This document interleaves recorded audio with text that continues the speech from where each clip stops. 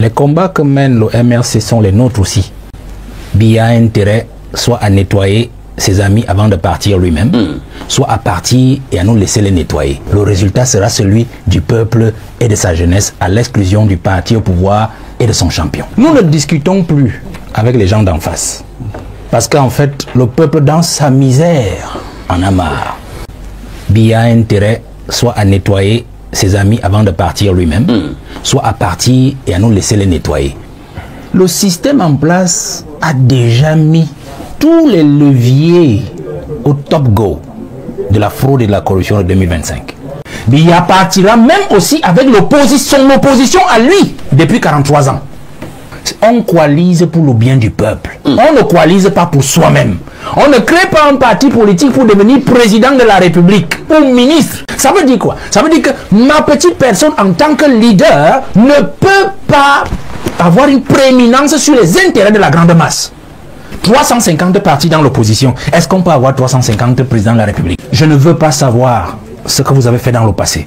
Je ne veux pas savoir si vous avez dîné avec le pouvoir la nuit ou le jour. Ça ne m'intéresse pas. Ce qui m'intéresse, c'est de savoir si vous êtes capable, pour votre dernier combat, de vous unir, de nous unir pour aller contre ce régime et contre celui qui dirige ce pays pour le plus grand bonheur de la jeunesse et du peuple camerounais. Parce que c'est ça l'essentiel. Regardez le riz qu'on est en train de distribuer. Ah bon? Qui l'a mangé? C'est eux qui l'ont mangé. Les populations n'ont jamais vu le riz. Vous comprenez? Donc vous comprenez que ce qui est mauvais revient au peuple. Ce qui est bon leur revient. Même les vaccins, on a demandé au peuple de se vacciner, mais ils allaient faire la comédie ici à Mvombi, là-bas, ils disaient qu'ils se vaccinaient alors que c'était des seringues rétractables. Ah bon? Vous voyez? Le président est en danger. S'il ne prend pas un nouveau gouvernement avant le 21, monsieur Aïssi, je dis au peuple camerounais que nous devons nous resserrer pour nous assurer effectivement que ce pays n'aille pas à bout. Nous savons que ces signatures sont désormais scannées, on a les directeurs généraux partout, donc on n'a même plus besoin, ils n'ont même plus besoin de Paul Biya. Le président se met en danger dès le 21 mai. Parce qu'ils savent pertinemment que son parti à lui, personne ne peut l'utiliser, même si Biya venait à fermer les yeux pour aller aux élections. Ils savent. Biya nous a dit au revoir. Ce qu'il fait donc à travers les morts qui ne changent pas dans son gouvernement, il est en train de partir avec eux tous. Ils ont compris cela. Et c'est pour ça que vous voyez, ils se mobilisent, donc ils empêchent qu'ils puissent changer quoi que ce soit. Quand ils auront fini de frauder, nous irons dans les bureaux de vote avec nos amis du MRC et des autres partis. On va surveiller notre vote. Le peuple a soif du changement. Gardez des individus que vous-même vous avez traités de criminels économiques en 2008, de bandits à col blanc, d'apprentis sorciers, avec tous les scandales qu'on a eus. Ne nous laissez pas croire, monsieur le président, que vous voulez sortir de l'histoire dans la honte. 2025 est simple pour nous. Nous savons que le parti au pouvoir a toujours triché. Il a toujours fraudé. Alors nous disons pour 2025, c'est terminé. Nous savons une seule chose. Les combats que mène le MRC sont les nôtres aussi. Le résultat, nous ne discutons avec personne. La jeunesse camerounaise dit au parti au pouvoir et à son champion que le résultat le plus élevé sera celui du peuple à l'exclusion du champion au pouvoir. Ça veut dire quoi? Il tripatouille, ce sera tout à notre avantage. Il fraude, ce sera à notre avantage. Nous ne discutons plus avec les gens d'en face. Parce qu'en fait, le peuple dans sa misère en a marre. Le peuple dans sa souffrance en a marre. Donc nous savons qu'ils ont toute la machine avec eux. Maître se bat contre l'ECAM. Quand vous dites conseil électoral, quelle est la différence entre le conseil électoral et la direction générale de l'ECAM? C'est une machine administrative. Et on sait qui nomme tous ces gens-là. Donc, quand le conseil constitutionnel vous dit « l'ECAM est compétent pour cette question et pas moi », le conseil constitutionnel est en train de vous dire « en fait, allez vous faire hacher par vos concurrents qui sont en fait le parti au pouvoir ». Puisqu'en fait, tous ceux qui sont à l'ECAM sont des affidés du parti au pouvoir qui lui donnent les moyens de fonctionnement et qui administrativement les tient. Est-ce qu'un membre du parti, un quelconque parti politique d'opposition est assis à l'ECAM? Siège à l'ECAM. Vous connaissez un seul membre d'un parti d'opposition qui siège à l'ECAM? Est-ce que dans les modalités de désignation des membres de l'ECAM, vous avez une faculté qui est la consultation, par exemple, du bloc de l'opposition? Il n'y en a même pas au Cameroun, mais de l'opposition en général. Non. Donc vous comprenez que nous sommes dans une affaire déjà désavantageuse à notre niveau. Alors nous, la jeunesse, nous disons que nous ne discutons plus ces affaires. Depuis 30 ans, depuis 90, ils font la même chose. On n'est plus à ces niveaux-là. On ne discute pas le résultat de 2025. Je vous ai donc dit en fond, et je sors par là. Biya a intérêt soit à nettoyer ses amis avant de partir lui-même, soit à partir et à nous laisser les nettoyer. De toutes les façons, pour 2025, le résultat sera celui du peuple et de sa jeunesse, à l'exclusion du parti au pouvoir et de son champion. Nous, on n'est plus au niveau de débattre sur les lois. Vraiment, ce débat m'embarrasse parce que je vois les billes, là, tout l'arsenal. Le système en place a déjà mis tous les leviers au top go de la fraude et de la corruption de 2025. Ce que l'ECAM fait là, c'est juste un rodage. On ne publie pas la liste, on observe les réactions. Il y a des noms on retranche de la liste et on les remet un mois après. C'est des tests. Donc ils sont déjà sur les starting blocks de 2025. Ils rôdent la main. Le titulaire de la publication de la liste des 18 partis que réclame Maître Sim. C'est clair. On vous fait publier ça par Cameroun Tribune et puis ça fait jason dans la société, dans la presse, ainsi de suite. On sait pertinemment que avoir des élus n'est pas la seule modalité qui peut autoriser un parti à présenter un candidat. Mais on vous dit quand même que sur un titre, voilà la liste des 18 partis autorisés à présenter un candidat pour 2018. C'est des tests. Le fait pour un journal qui plus est à capitaux publics de sortir sur une page, voici la liste des 18 partis autorisés à présenter un candidat, c'est fait un débat. C'est une information non valeur. C'est pas une information, monsieur. On sait que quand on le dit, chacun va chercher son parti pour dire que je suis même dans cette chapelle politique. Est-ce que nous aurons un candidat? Voilà. Conclusion, chacun en fonction de son appartenance dira je suis dû. Donc, mon parti ne peut pas présenter mon champion.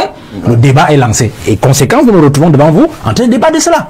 Donc, la machine test, c'est la psychologie populaire que le pouvoir en place est déjà en train de tatillonner, de guillonner. Il faut faire très attention. Moi, je ne suis pas entré en politique pour devenir président de la République ou ministre ou quoi que ce soit. Je ne sais même pas. Il y a un moment où je me demande, mais qu'est-ce que je fais même dans cette affaire? J'ai tout abandonné avec tout ce que j'avais pour venir en politique. Mais je me suis rendu compte d'une chose. Je fais partie justement de ceux qui sont chargés de la transition même dans l'opposition. Parce qu'il y a un leadership de l'opposition qui devra être balayé à tout jamais. Ah bon? Parce que Biya qui s'en va là, nous disons toujours qu'il s'en va avec son régime. Vous pensez que c'est seulement avec le régime? Biya partira même aussi avec son opposition à lui depuis 43 ans. 2025, c'est le dernier test de la vieille garde de l'opposition, c'est-à-dire des vieilles figures qu'on a toujours eues depuis 1980, 90, 2020, 2000, ainsi de suite. Vous comprenez? C'est-à-dire que si il nous fait rater ce virage de 2025, c'est terminé. On n'en voudra plus après 2025, la prochaine génération. Parce qu'il faudra que les vieux ténors là nous laissent la place. La vieille garde doit comprendre une chose. Il n'est plus question de vous dire une chose, non, nous ne coalisons pas parce que tel est noir, parce que tel est blanc. On coalise pour le bien du peuple. On ne coalise pas pour soi-même. On ne crée pas un parti politique pour devenir président de la République ou ministre. On crée un parti politique pour conquérir le pouvoir pour le bien-être de la nation et du grand peuple. Ça veut dire quoi? Ça veut dire que ma petite personne en tant que leader ne peut pas avoir une prééminence sur les intérêts de la grande masse. On est 370 partis, moins le parti au pouvoir, moins une vingtaine. Il y avait un G20 en 2018. On peut dire 350 partis dans l'opposition. Est-ce qu'on peut avoir 350 présidents de la République? Chacun doit comprendre que quelles sont mes positions, quelles sont mes forces, quelles sont mes faiblesses. Alors je me dis, est-ce que je peux me compléter? Est-ce que je peux compléter l'action de l'autre pour que nous puissions faire le bonheur du peuple? Voilà ce qui importe aujourd'hui. Donc il n'est pas question aujourd'hui pour qu'un candidat pense que parce que moi je suis suffisamment populaire ou on parle de moi tous les jours et de mon parti, alors je ne peux pas aller vers. Nous devons nous mettre ensemble. Donc je sors en disant, monsieur Aïssi, pour que les jeunes qui nous écoutent aujourd'hui comprennent que nous donnons une dernière chance à cette opposition. Je ne veux pas savoir ce que vous avez fait dans le passé. Je ne veux pas savoir si vous avez dîné avec le pouvoir la nuit ou le jour. Ça ne m'intéresse pas. Ce qui m'intéresse, c'est de savoir si vous êtes capable, pour votre dernier combat, de vous unir, de nous unir pour aller contre ce régime et contre celui qui dirige ce pays pour le plus grand bonheur de la jeunesse et du peuple camerounais. Parce que c'est ça l'essentiel. Donc pour nous, nous prions plutôt que le président ne change jamais ce gouvernement. Et que le peuple, la colère du peuple continue toujours à se solidifier. Parce que c'est ça le plus important. Je prends un simple cas. Regarde le riz qu'on est en train de distribuer. Ah bon? Qui l'a mangé? C'est eux qui l'ont mangé. Les populations n'ont jamais vu le riz. Vous comprenez? Donc vous comprenez que ce qui est mauvais revient au peuple. Ce qui est bon leur revient. On peut aller plus loin. Même les vaccins. On a demandé au peuple de se vacciner, mais ils allaient faire la comédie ici à Mvombi là-bas. Ils disaient qu'ils se vaccinaient alors que c'était des seringues rétractables. Ah bon? Vous voyez? Mais vous avez des révélations, la Valère. Je vous dis donc que nous sommes dans cette situation, monsieur Pafa ici. Pour nous, il est à notre avantage de l'opposition que le pourrissement que le président de la République est en train de créer, du moins depuis 6 ans, qu'il se poursuive. Plus le peuple est fâché, plus le peuple est remonté, plus nous sommes sûrs que le changement se fera. Parce qu'en fait, imaginez-vous, des ministres, on les remplace maintenant. Qu'est-ce que ça fera? Ça fera un bol d'air. Pour Biya lui-même, ce sera son avantage, puisque ce qu'il remplacera, il les enverra en prison. Et le peuple, lui, qui attend le sang, va passer le temps à fêter une autre distraction qui va en fait embrouiller le jeu du changement de 2025. Les autres qui sont au gouvernement actuellement luttent des pieds et des mains pour qu'il n'y ait jamais un nouveau gouvernement. Pourquoi? Parce qu'ils savent que si Biya signe un nouveau gouvernement, c'est ce nouveau gouvernement qui ira à la transition de 2025. Tout à fait. Et donc il décidera qu'il aura voix au chapitre sur le successeur de Paul Biya. Dans leur machine à eux. Alors ils font tout pour que le président ne signe jamais un nouveau gouvernement. C'est pour ça que beaucoup vont même jusqu'à compter sur son état physique. Si jamais il venait à disparaître, ce sera encore mieux pour eux. Donc c'est un grand danger, monsieur Aïssi. Pour aller plus loin, pour dire que cette stratégie est donc très dangereuse pour un président de la République qui plus a 92 ans bientôt, dans moins d'un mois, et qui n'est pas Dieu pour savoir qu'il peut vivre encore jusqu'après. Vous comprenez? Sauf que le président est en danger. S'il ne prend pas un nouveau gouvernement avant le 21, monsieur Aïssi, je dis au peuple camerounais que nous devons nous resserrer pour nous assurer effectivement que ce pays n'aille pas à boulot. Parce que ces gens qui ne veulent pas qu'il prenne un nouveau gouvernement sont encore recalés, réfrénés par un seul élément. C'est la sortie du président. Le président doit sortir, le peuple doit le voir le 31 décembre de chaque année, le discours à la nation. Le peuple doit le voir le 10 février, le discours à la jeunesse. Le peuple doit aussi le voir le 20 mai. La parade pour la fête de l'unité. Après cela, le peuple n'est plus obligé de le voir, puisqu'on attend encore l'autre 31 décembre. Entre-temps, les élections seront passées. Entre-temps, il devra avoir convoqué le corps électoral. Nous savons que ces signatures sont désormais scannées. On a les directeurs généraux partout. Donc, on n'a même plus besoin. Ils n'ont même plus besoin de Paul Biya. Donc, je vais donc vous dire une chose, c'est que le président se met en danger dès le 21 mai. Parce qu'ils savent pertinemment que son parti, à lui, personne ne peut l'utiliser, même si Biya venait à fermer les yeux pour aller aux élections. Ils savent. Ça veut dire que si Biya n'est plus là, le RDP, ce n'est pas un problème pour eux. Ils peuvent acheter chacun parti et s'en aller. Donc, ils n'ont plus besoin de lui après le 21 mai.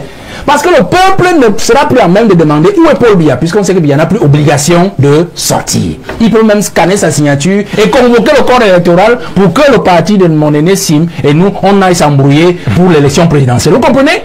Biya nous a dit au revoir. Il nous a dit au revoir depuis le 6 novembre, le discours du 6 novembre.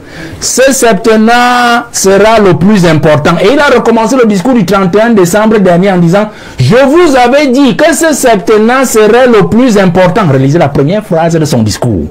Il est en train de partir, il dit au revoir au peuple et à sa jeunesse. Ce qu'il fait donc à travers donc les morts qui ne changent pas dans son gouvernement, il est en train de partir avec eux tous. Ils ont compris cela.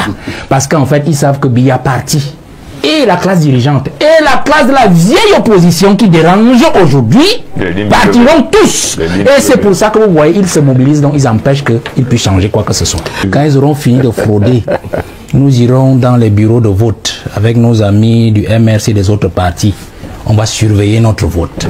Les gens de l'ECAM-là, ils ont leur maison partout, ils ont des familles au Cameroun. Ils iront vivre au paradis. Mais ce sont des menaces. Non, ils doivent aller vivre au paradis. Quand ils auront proclamé les résultats, ceux d'en haut là, la cour sur quoi là, vous appelez ça, au Conseil constitutionnel, oui. Ils sont des Camerounais, non? Ils vont vivre au paradis. Ils vont nous dire si le résultat qu'ils s'apprêtent à proclamer et qui n'est pas celui du peuple du changement convient aussi à leur progéniture, à leurs arrière-petits-enfants. Mon discours, c'est de dire à Paul Biya, le peuple a soif du changement. Le peuple veut sentir que vous méritez l'élection, qu'il vous a encore donné une fois de plus. On ne peut pas penser que c'était une fois de trop en 2018. Gardez des individus que vous-même vous avez traités de criminels économiques en 2008, de bandits à col blanc, d'apprentis sorciers, avec tous les scandales qu'on a eus. Ne nous laissez pas croire, monsieur le président, que que vous voulez sortir de l'histoire dans la honte. Je vais dire une chose. Je prends 2 cas de ministres. Pourquoi est-ce qu'on change? Vous allez comprendre pourquoi les autres s'arrangent à ce que bien ne change. Vous avez dit fou, Calistou, n'est-ce pas? Oui. Il est ministre des Mines. Par intérim. Vous savez que celui qui est décédé, Dodo, Dodo était sélectif dans sa façon de travailler. Il est entré dans les poteaux roses sur le pillage de nos ressources, notamment dans la région de l'Est. Des agréments, des permis d'exploitation, à n'en plus finir, qu'on donnait aux copains, aux copines, aux coquins, aux neveux, aux enfants, ainsi de suite. Et puis chip. C'est ça qui l'a tué? S'il vous plaît. Et donc, ils se sont arrangés à ce que l'intérimaire reste toujours intérimaire pour qu'il continue à avoir peur d'être changé. Non, ça c'est faux. Et qu'il leur donne les contrats d'exploitation. Suivez vos journaux. Suivez vos journaux ces derniers temps. Vous avez vu tous les aventuriers qui ont les permis d'exploitation dans le domaine du pétrole. Ils ouvrent les stations, ils ouvrent les ci, ils ouvrent les ça, ainsi de suite. L'or de notre pays, le diamant, ainsi de suite. L'ITIE, vous savez que nous n'arrivons même pas à fournir le rapport depuis non. L'ITIE nous avons déjà été pratiquement de la Ce n'est pas par rapport à ça. Monsieur ici, Ce n'est pas par rapport. c'est ça dans la stratégie gouvernementale. À écouter les gens qui supportent ou qui soutiennent le RDPC, on se dit souvent que peut-être eux, ils n'ont pas le même problème que nous, on rencontre ici au pays. Parce que leur façon de parler, c'est comme si tout allait bien. C'est comme si nous sommes peut-être ici en Amérique, nous sommes en Europe, nous sommes à Dubaï, nous, on vit la belle vie.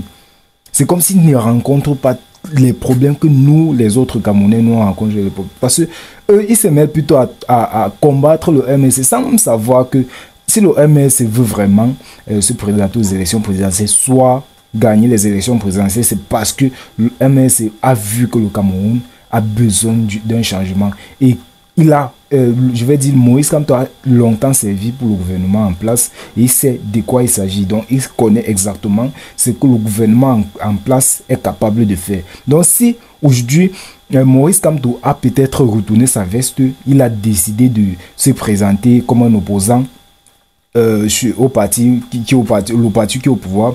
C'est parce qu'il a jugé que bon, voilà, les Camerounais en ont besoin, ils ont besoin d'un changement et ils méritent au moins ça, c'est très important. Donc, ne vous me prenez plus au MSC parce que le MSC veut la même chose que vous.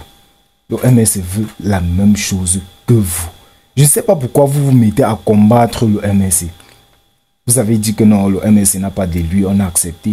Mais ça ne veut pas pourtant dire que Moïse Kamto ne va pas se présenter aux élections présidentielles. Donc, soyez-en sûrs, il sera là, comme prévu. Il sera aux élections présidentielles. C'est vrai que peut-être en 2021 ou 2020, il a dit que bon, voilà, je ne me présenterai plus aux élections présidentielles. Mais il a vu que s'il ne le fait pas, il le fait par amour pour le Cameroun. Mais les gens vont venir dire que non, voilà, Moïse Kamto a travaillé, il a servi pour le gouvernement qui est en place et du coup, il a la même mentalité que eux. Non. Non, il a longtemps servi pour eux, oui. Ça, on le sait. Mais il a dû démissionner parce qu'il a vu que le gouvernement en place, le régime qui est en place, servait plutôt les intérêts, pas les intérêts du peuple camerounais ou pas les intérêts du Cameroun. Est-ce que vous voyez un peu la différence? Du coup, il a décidé de laisser, d'abandonner tout, de démissionner et ensuite chercher des moyens. C'est ça le patriotisme. C'est ça le patriotisme. Ça veut dire que tu vois un truc qui ne te plaît pas, tu ne restes pas seulement te plaindre que bon voilà, c'est un truc qui ne me plaît pas. Tu essayes de voir comment toi tu peux changer. C'est pour ça qu'on vous dit toujours que avant de te plaindre que bon voilà, le Cameroun a fait si le Cameroun, actuellement on vous demande d'aller vous inscrire sur les listes électorales, mais c'est comme si c'est la force qu'on voulait seulement faire. Or que vous êtes là chaque jour à pleurer que bon voilà, on veut le changement, on veut ci, on veut ça, on veut ci. Qu'est-ce que toi tu as fait? C'est exactement ce que Moïse Kamto a fait. Il a servi pour le gouvernement pendant pendant plusieurs années. Maintenant, après ça, il a vu que voilà, le gouvernement ne faisait pas ce qui était dans la norme. Est-ce que vous comprenez un peu? Le gouvernement en place ne faisait pas ce qui était dans la norme. Le gouvernement qui travaille pour l'État, lui également travaillait pour l'État. Donc, il a vu que le gouvernement ne servait pas l'État comme il le faut. Du coup, il a décidé de démissionner et il ne s'est juste pas arrêté à la démission. Il a décidé donc de créer son parti politique qui va s'opposer au parti politique de Paul Biya, qui est le RDPC. Maintenant, pour essayer de créer un changement ou d'imposer un changement si jamais il remporte les élections. Donc, ce n'est pas parce que il a travaillé pour Paul Biya dans les années antécédentes, que vous allez dire que non, il a la même mentalité. Il a démissionné, il a retourné sa veste. Il a vu que non, les Camerounais en ont besoin d'un changement. Ils sont assoiffés d'un changement.